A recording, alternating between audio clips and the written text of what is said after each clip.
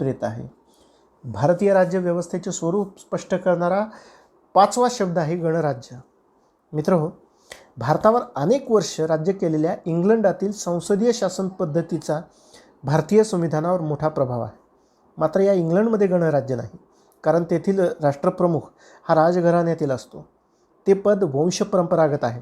या उलट भारतात राष्ट्रप्रमुख अर्थात राष्ट्रपती हे वंशपरंपरेने नाही तर अप्रत्यक्षरित्या जनतेकडूनच ठराविक कालावधीसाठी निवडून देण्यात आलेले असतात. गणराज्य पद्धतीमध्ये शासकाची अंतिम निवड ही लोकांची असते आणि यात विशेषाधिकार ही बाब नसते.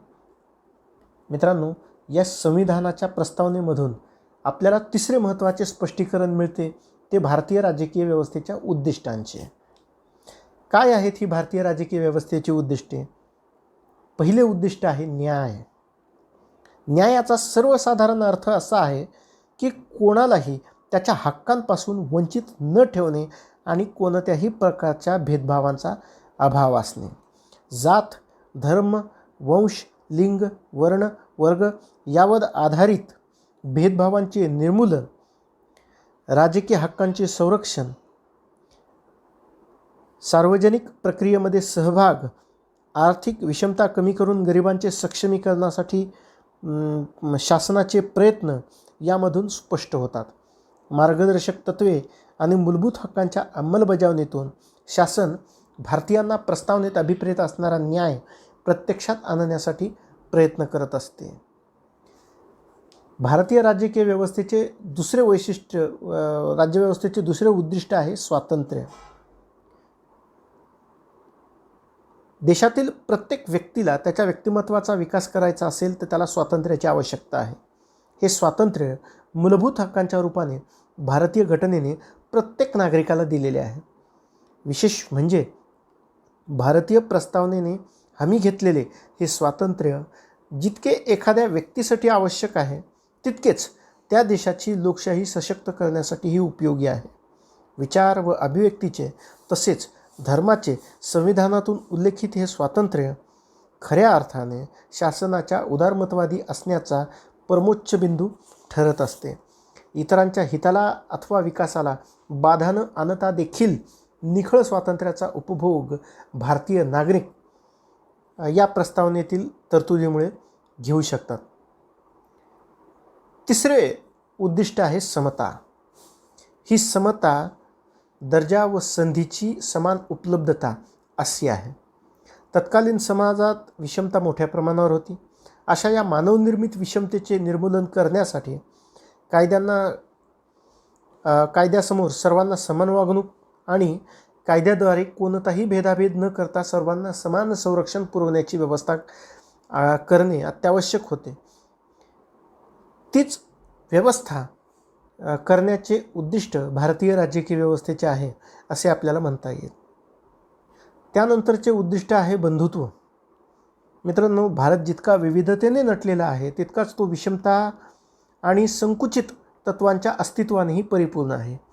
भाषिक, धार्मिक, प्रांतिक, जातीय, लैंगिक, वर्णवर्गीय अशा अनेक प्रतिगामी व संकुचित विचारांच्या प्रभावाने भारतात एकतेची अथवा राष्ट्रीयत्वाची भावना रुजण्यास अडथळे निर्माण होणे शक्य आहे याची घटनाकारांना जाणीव होती. त्यामुळे स्वातंत्र्य व समतेच्या तत्वाला त्यांनी बंधुत्वाच्या काहीशा भावनिक परंतु व्यापक व पुरोगामी तत्वालाही प्रस्तावनेमध्ये स्थान दिले.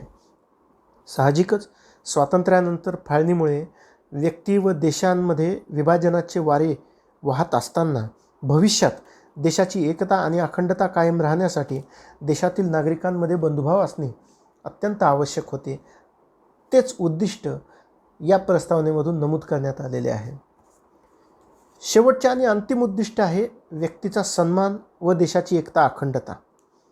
भारतातील प्रत्येक व्यक्ती, मग ती आर्थिक सामाजिकदृष्ट्या कोणत्याही स्तरातील असो, तिची प्रतिष्ठा अबाधित राहण्याची हमी संविधानाची प्रस्तावना देते. व्यक्ती कितीही वंचित, उपेक्षित अथवा दुर्बल असली तरीही त्याची प्रतिष्ठा संविधानातील प्रस्तावनेने निश्चित केलेली आहे. शेवटी व्यक्ती हेच राज्याचे साध्य आहे, साधनही आहे. विशेष म्हणजे प्रत्येक व्यक्तीची प्रतिष्ठा आणि त्याचवेळी व्यापक देशहिताचा विचार अशी किमया प्रस्तावनेतून घटनाकारांनी साधलेली आहे. प्रस्तावनेतून संविधानकर्त्यांनी शासनकर्त्यांना देशाच्या एकता व अखंडता तत्वाला सर्वोच्च प्राथमिकता देण्याचेही सूचित केलेले आहे. भारतासारख्या धर्म, भाषा व हितसंबंध यामध्ये बहुलता असणाऱ्या देशात एकत्वाची भावनाही वृद्धिंगत होणे आवश्यक असल्याचे संविधानकारांचे मत होते. व्यक्ती व समाजाचे हित पाहत असताना त्याचा मेळ देश हिताशी घालता यावा हा यामागचा हेतू होता.